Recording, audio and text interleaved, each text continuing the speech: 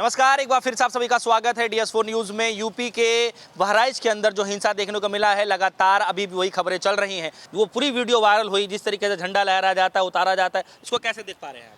देखिए, मुझे एक शेर याद आता है कि लगाकर आग पूरे शहर को शहंशाह ने बोला, उठा है दिल में आज तमाशे का शौक़ बहुत। सभी शाह परस्त सर झुकाकर बोले, हुजूर का शौक़ सलामत रहे। शहर और भी हैं।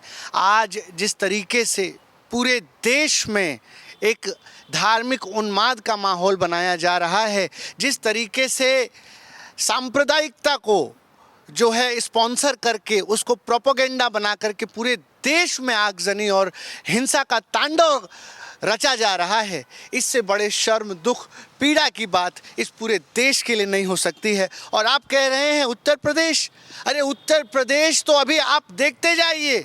आज जिस तरीके के लोग आज सत्ता में बैठे हैं, ये अमन चैन के दुश्मन हैं। आज वो लोग सत्ता में बैठे हैं। आप बताइए ना, जिस सूबे का मुख्यमंत्री स्वयं सांप्रदायिकता भरे भाषण देता हो, स्वयं अलगाव फैलाने और विभाजन की बात करता हो, जो ये बात कहता हो कि बटोगे तो कटोगे, अगर इस तरीके की सांप्रदायिकता भाषा एक जिम्मेदार नेता की तरफ से बोली जाएगी जो उस सूबे का मुख्यमंत्री हो, तो ये दंगे होना, आग लगना, हिंसा होना, ये लाजमी सी बात है, लाजमी सी। लेकिन उत्तर प्रदेश के अंदर ये भी कहा जाता है अतुल त्रिपाठी जी कि जो है हिंसा मुक्त प्रदेश है, अपराधी थर थर कांपते हैं, मिट्टी में मिल जाते हैं। आप समझ रहे हैं? और जीरो टॉलरेंस की बात की जाती है। एक भी हिंसा, एक भी दंगा देखने को नहीं मिला। ये अचानक से कैसे? देखिए, ये मुझे नहीं पता कि आप लोग कहाँ से डेटा लेके आते हैं। NCRB के डाटा आज भी बताता है क्या क्या घटनाएं घट रही हैं। पूर्ण रूप से उत्तर प्रदेश में अघोषित आपातकाल है और जंगल राज से कम नहीं है उत्तर प्रदेश। आज जिस तरीके से हर दिन हर धार्मिक जो है त्यौहार, आज वो जो है हिंसा का भेंट चढ़ जाता है, चाहे वो रामनवमी हो, चाहे वो 15 अगस्त का जुलूस हो, चाहे वो आपका कोई भी जुलूस हो। ये क्या कारण है और क्या ये एक पैटर्न सा बन गया है? आप क्रोनोलॉजी समझिए कि एक तरफ क्या होता है कि एक उन्मादी भीड़ आती है, उस भीड़ में हाथ में डंडे, तलवार और डीजे पर धार्मिक उन्माद भरे गाने। ये गाने कौन गा रहा है? ये हिंसा फैलाने वाले गाने कौन गा रहा है? ये नफरती बोल वाले गाने कौन गा रहा है? सबसे पहले तो वो गाना गाने वाला दंगाई है जो इस तरीके की हिंसा भड़काने वाला गाना गा रहा है। जो दो और क्या कारण है भाई? मस्जिद के सामने जाकर के, किसी के धार्मिक स्थल के सामने जाकर के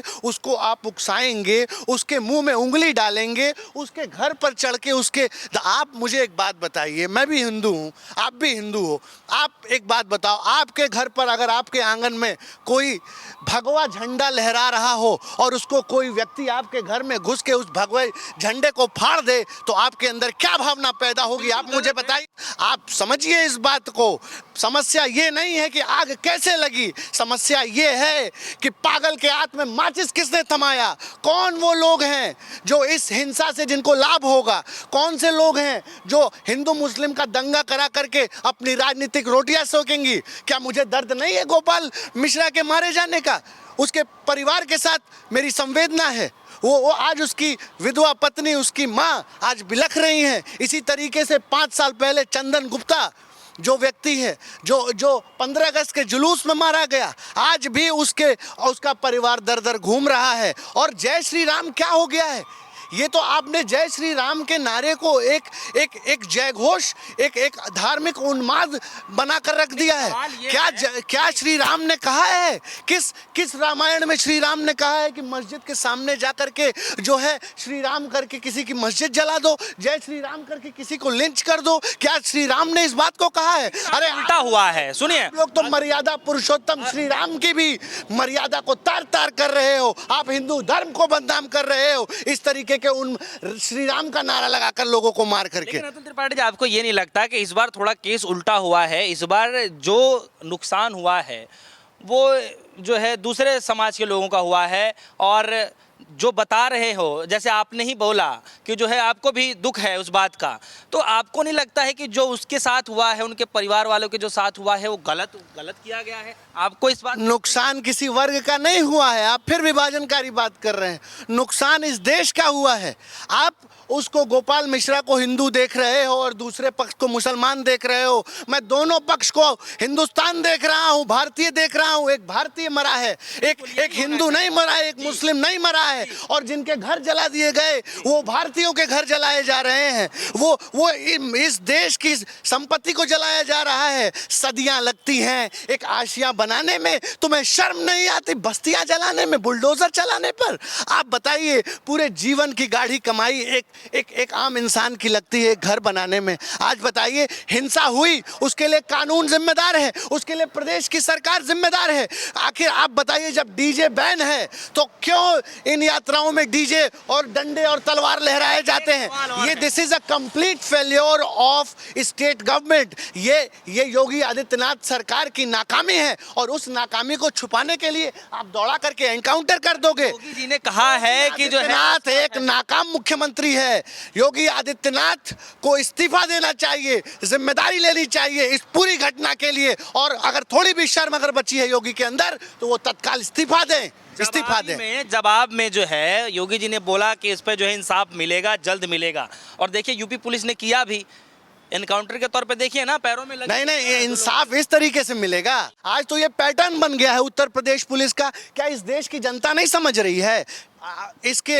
आप बताइए, उनके घर के परिवार के लोग मुस्लिम पक्ष के कहते हैं कि हमारे घर से 4 बजे हमारे भाई, हमारे ससुर, हमारे देवर को उठाया गया और अगले दिन 4 बजे वो भागते हैं और उनके पैर में गोली लग जाती है। आप ये बताइए ना, ये खेल किसको बता रहे हो? ये पटकथा आप किसको बता रहे हो? जनता सब जानती है। आप समझिए, एक पक्षीय कार्रवाई हो रही है इस पूरे मामले में। और सच में अगर योगी जी चाहते हैं कि न्याय को स्थापित किया जाए तो उन लोगों, आप बताइए ना, वो जो हीरो का शोरूम जिसने जला दिया, वो शोरूम कौन से लोग जलाए?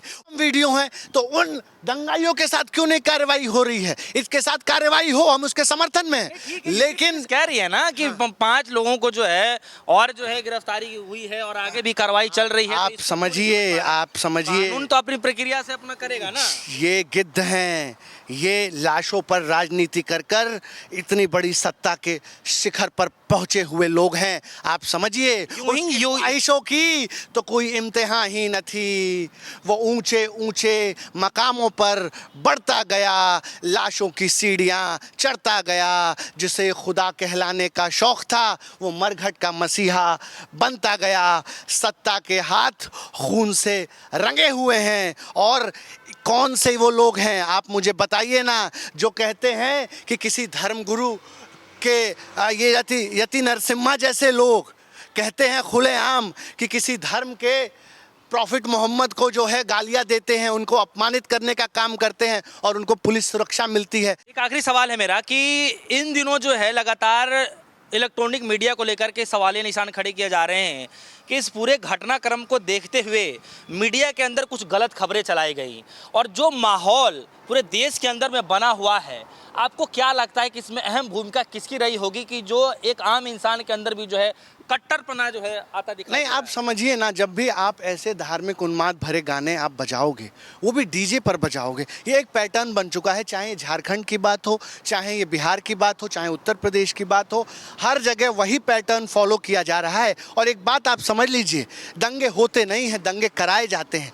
आप समझिए कि क्या कारण है कि मुसलमान आज देश में तमाम 10 साल में जुलूस निकालते हैं। वो तो कभी मुसलमान के जुलूस में दंगे नहीं होते। क्या कारण है कि हिंदुओं के जुलूस में दंगे हो रहे हैं? सवाल है कि ये इसका कारण यही है कि सबसे पहले महंगे महंगे डीजे जो है मंगाए जाते हैं। उन डीजों पे जो है उन्माद भरे गानों को बजाया जाता है और उन गानों के अगर मैं बोल आपसे बोल दूं तो आप अपने चैनल पर चला नहीं पाएंगे। ऐसे ऐसे प्रोवोक करने वाले, ऐसे ऐसे मतलब उकसाने वाले बोल उसमें भरे गए हैं। सबसे पहले तो ये जो गाना बना रहे हैं, इस तरीके का विभाजनकारी गाना जो एक धर्म विशेष को भड़काए, जिसकी भावना भड़काए, ऐसे गाना बनाने वाले लोगों की गिरफ्तारी हो। ऐसे लोग जो इस गाने को सुन रहे हैं, सुना रहे हैं, वैसे लोगों पर कार्रवाई हो। और हम तो कह रहे हैं कि आज मातम क्यों मनाया जा रहा है? किसका मातम मना रहे हो? किसका? ये किसी हिंदू मातम, ये किसी हिंदू मुसलमान का मातम नहीं मनाया जा रहा है, ये हिंदुस्तान का मातम है, ये पूरे भारत का मातम मनाया जा रहा है। अरे एक हिंदू मरेगा तो क्या हिंदू इस देश से बाहर का आदमी है? कि आपसी भाईचारा जो है बरकरार रहे, इसको लेकर आखिरी संदेश आप क्या देना चाहेंगे? देखिए, हम तो हमेशा से अमन और चैन के हिमायती रहे हैं। ये इस देश को समझना पड़ेगा, इस देश को ये चिन्हित करना पड़ेगा कि वो कौन से लोग हैं जिनको आज इन दंगों से, आज इस हिंसा, इस उन्माद, इस नफ़रत से फ़ायदा हो रहा है। और इस देश की जनता खूब जान रही है कि वो कौन से लोग हैं। और आज एक गोपाल मिश्रा है, कल किसी और घर का गोपाल होगा। सबसे बड़ी बात यह है कि इस तरीके की राजनीति बंद होनी चाहिए। इस तरीके की नफरत फैलाने वाली मानसिकता, विचारधारा को जो है अंकुश लगाना चाहिए। ऐसे लोग को चिन्हित कर समाज में बहिष्कार करना चाहिए। तो देखिए, अतुल त्रिपाठी जी मौजूद रहे और इनसे हम खासा बातचीत कर रहे थे यूपी के बहराइच में जो हिंसा हुई है उसी मामले को लेकर के। हालांकि इनकी बातों को सुनकर के आपके मन में क्या कुछ चल रहा है, वीडियो कमेंट सेक्शन में जाकर जरूर बताइएगा। फिलहाल के लिए दीजिए इजाजत। देखते रहिए DSP न्यूज़। धन्यवाद।